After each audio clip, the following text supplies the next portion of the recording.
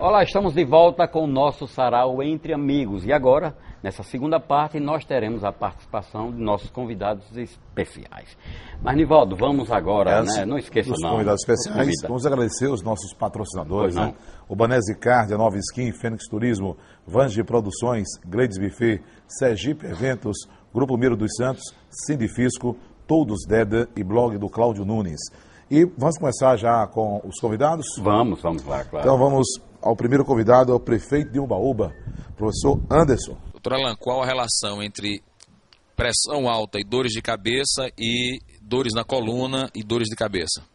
Obrigado, Anderson, pela pergunta. É muito interessante. Então, é um mito. Todo indivíduo acha que quem tem pressão alta vai ter dor de cabeça. Na verdade, o hipertenso crônico, ele não tem mais dor de cabeça do que não é hipertenso. Mas em algumas situações onde você tem o pico hipertensivo, que é a subida rápida de pressão, nessa condição sim você pode ter cefaleia. Mas não quer dizer que o indivíduo que tem pressão alta, normalmente ele vai ter mais dor de cabeça do que quem não tem. Em relação à coluna, existe um tipo específico de dor de cabeça chamada de cefaleia cervicogênica, que é a dor de cabeça por alterações anatômicas, então por uma hérnia de disco, por uma calcificação de um ligamento da coluna ou por má postura, então você pode sim ter esses tipos de dor de cabeça. Normalmente é unilateral, normalmente é de um lado só da cabeça. E aí o tratamento, além das terapias farmacológicas, existem as terapias físicas, né, para o tratamento dessas dores. Agora, doutor, Alzheimer é uma doença neurológica? Também é uma doença neurológica. Hoje a doença de Alzheimer é uma doença onde você tem que ter um acompanhamento multiprofissional. Então a doença de Alzheimer, ela deve ser vista pelo neurologista, o paciente deve ser acompanhado por um geriatra e por uma equipe de reabilitação. Então, fisioterapeuta, fonoaudiólogo, terapeuta ocupacional, psicólogo, a família. A gente costuma dizer que quem tem doença de Alzheimer, a família acaba sofrendo muito. Então, assim, toda essa família tem que ter um suporte. Então, é uma doença hoje extremamente complexa, além do diagnóstico, mas da abordagem terapêutica. Mas há casos de jovens? Ou é a partir de uma determinada idade? Ou a doença idosa, para idosos? Então, assim, quando temos o diagnóstico de doença de Alzheimer abaixo de 50 anos, é raro, mas existe também, também tem um componente familiar semelhante à doença de Parkinson, como falamos anteriormente. Mas a grande maioria começa a partir de 65 anos. Tem prevenção, doutor, para Alzheimer? Tem prevenção. Tem prevenção, é o que nós chamamos de reserva cognitiva. Então, quanto mais você usa seu cérebro, como se você mais lenha você tem para queimar. Então, assim, parece que o nível de intelectualidade, a abordagem de variação de estímulos cerebrais, o fugir da rotina, isso pode servir como uma prevenção. E do ponto de vista de medicações, parece que o tratamento de colesterol, então, assim, as estatinas, que são as medicações que reduzem o colesterol, parecem prevenir a incidência de doença de Alzheimer. Vamos agora ao... Muito bem, está aí uma questão curiosa, porque eu sou uma pessoa safenada e há mais de 5 anos que eu tenho a necessidade de tomar aquele medicamento justamente para reduzir o colesterol ruim. Então, pelo menos desse mal, eu não vou morrer na rua. Está atirando no que viu, né? Provavelmente está acertando no que não viu. No que não vi. O tiro saiu pela culatra. Vamos lá, Nivaldo. Tem mais um convidado, né? Vamos lá, então. Tem mais uma convidada especial para fazer pergunta, que é a professora Elizabeth Milor, professora de Consciência Nutricional e criadora do sistema Raiz da Vida. Por que as crianças sofrem dor de cabeça? Mais uma pergunta interessante. Então, nós costumamos dar o diagnóstico dos pacientes com cefaleia, com enxaqueca, a partir da adolescência.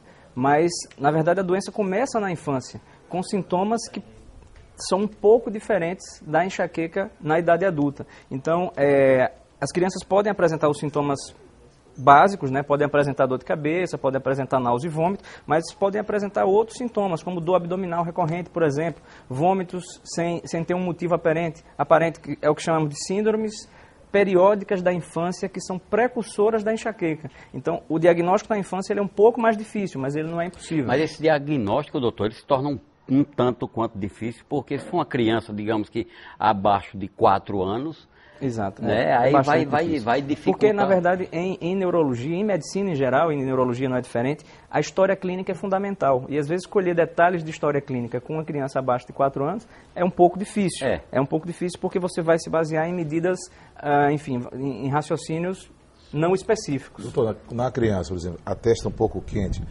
sintomas de que a criança pode estar com dor de cabeça? Não, é um sintoma vago, é um sintoma geral, não seria específico, assim, não seria patognomônico, né, que é o que a gente chama, não é uma condição que quando você percebe isso pode ser enfim, nada patológico. Doutor, agora, sempre diz que todo louco tem um pouco de genialidade. Vamos partir para Sergipe. O Arthur Bispo do Rosário, ele foi internado como louco, e as principais peças, né, que hoje roda até o Brasil todo, foi feita justamente na época que ele estava internado. Todo louco tem um pouco de genialidade mesmo? Você vê que ele quer me pegar, né, Ludwig? Uma pergunta bem específica, né? Então, assim, é interessante, uma pergunta também interessante. Isso me lembra os primórdios da neurologia, que se falavam dos savantes, que eram os loucos, né, os chamados idiotas, mas que tinham faculdades absurdamente geniais. E tem exemplos no cinema sobre isso. Então, o Forrest Gump, né, era um indivíduo com retardo mental, mas que tinha uma habilidade motora absurda. O Rain Man, ele tinha a habilidade matemática do Dustin Hoffman. Isso, exatamente. Ele tinha uma habilidade matemática que não era compatível com o retardo que ele apresentava. Então, tem aqueles indivíduos que têm retardo mental, mas aprendem a tocar piano, são virtuosos no piano. Então, assim, são coisas que são difíceis de explicar, mas que dentro dessa loucura que você perguntou, parece que tem algumas coisas que especificamente acabam se desenvolvendo sem uma explicação. Como explicar, por exemplo, tem pessoas equilibradas, por exemplo, recentemente um empresário que com a vida equilibrada sofreu um surto, acabou atirando em pessoas, batendo em veículos. Como é que se explica isso? Uma pessoa normal que de repente sofre esse surto e comete loucuras.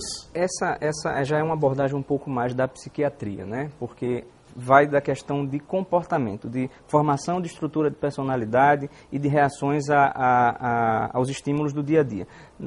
As doenças do comportamento, então a psicose, surto psicótico, a esquizofrenia, a depressão, elas não são especificamente de acompanhamento neurológico, né? A neurologia e a psiquiatria são especialidades que caminham juntas, mas têm limites. Então, essa pergunta especificamente, apesar de nós acabarmos participando dessas situações no dia a dia de consultório, são doenças que, quando identificamos isso, nós preferimos que o psiquiatra acompanhe. Agora, no seu dia a dia, no atendimento, qual a classe de pessoas com problemas neurológicos o senhor tem constatado, digamos que, a faixa etária? Depende da doença. Por exemplo, quando a gente vai ver dor de cabeça. Dor de cabeça, via de regra, doença de mulher jovem. Doença de Alzheimer é uma doença de idoso. De idoso, então, geralmente. Assim, vai depender. A epilepsia pode começar na adolescência, adulto médio, adulto jovem, idoso. Então, assim, vai depender muito do tipo da doença. Então, na verdade, o neurologista ele trabalha com várias faixas etárias a depender da patologia em questão. Você falou da depressão, e a depressão é como se fosse a doença do momento, né, da moda, enfim. Também é uma doença neurológica ligada à doença neurológica ou não? Explique um pouco mais sobre a depressão. A depressão também é uma doença que ela é de acompanhamento psiquiátrico, né? Ela pode até ser diagnóstico neurológico, então muitos pacientes procuram um neurologista por um sintoma físico, quando na verdade o problema não é físico, é um problema psíquico, é um problema emocional. Estaria mais para Freud ou Carl Jung, né? Talvez estaria mais para a questão da para um divã. Para um divã, exato. Então, assim, o neurologista acaba se deparando com essas situações para o diagnóstico.